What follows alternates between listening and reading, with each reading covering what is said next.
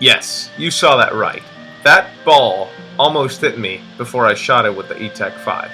Hi guys, I'm MadMan, or MadMan, and I'm here to give you guys the review on Planet Eclipse's ETEK 5. Now, to start, I must just say right off the bat that the ETEK 5 is to the ETEK line what the LV1 was to the Ego line.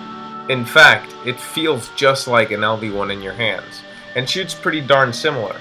Now, the way I can describe the difference between the shots is you can feel the shot in the ETEK 5, whereas in the LV1, you just don't. Now, this review isn't really about how the ETEK 5 gets close to the Ego line. It's more about how far it gets from the ETEK line, and that's what I can sincerely say. If we take a look at the previous ETEK, the ETEK 4,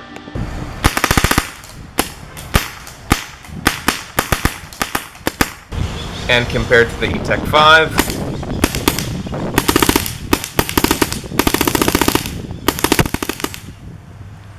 there's a very, very, very noticeable difference. For example, in areas like sound, where ETEK 4 measured at about an average of 94 decibels. And the newer ETEK measured at about 70 to 76 decibels. Also, the way they treat paint is very different too. It's not, I don't want to say it's a soft shot, but you can feel the quality of the shot. And by that I mean you can feel the gun pushing the ball, not hitting it. And I can say the complete opposite about the ETEK 4, which is still a great gun and it's extremely fun to play with, but it's always felt like it smacks the ball out of the barrel. Long. As one Confederate once said, it's a rifle you could load on Sunday and shoot all week. I like that. That's real good. The same can be said about the efficiency of the ETEK 5. With about 2000 psi, which is the limit in my field, I can get about 4 to 5 pods with a stupid peanut tank. This would translate with a 6845 on a full fill to more than 10 pods mathematically.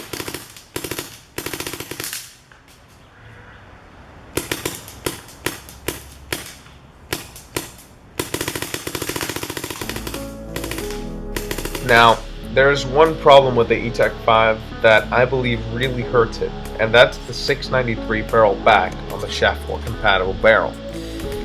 It really is a very large bore for the size of paint that we get these days, and you see me struggling hitting targets at a fairly close range and struggle a lot hitting targets that are further away.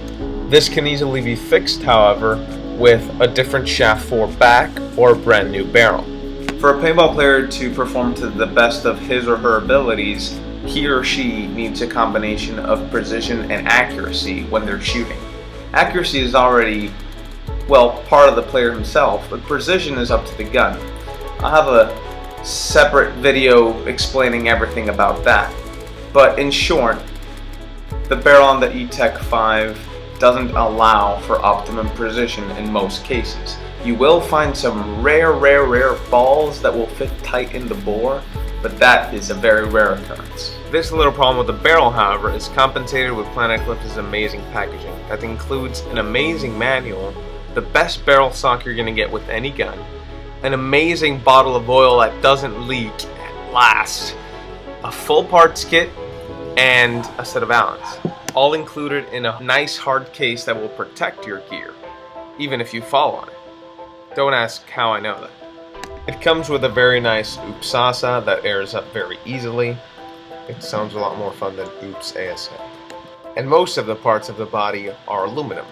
But something that actually is a concern with tons of people, that if this is one of your first guns you shouldn't really worry about, is the grip frame and the trigger.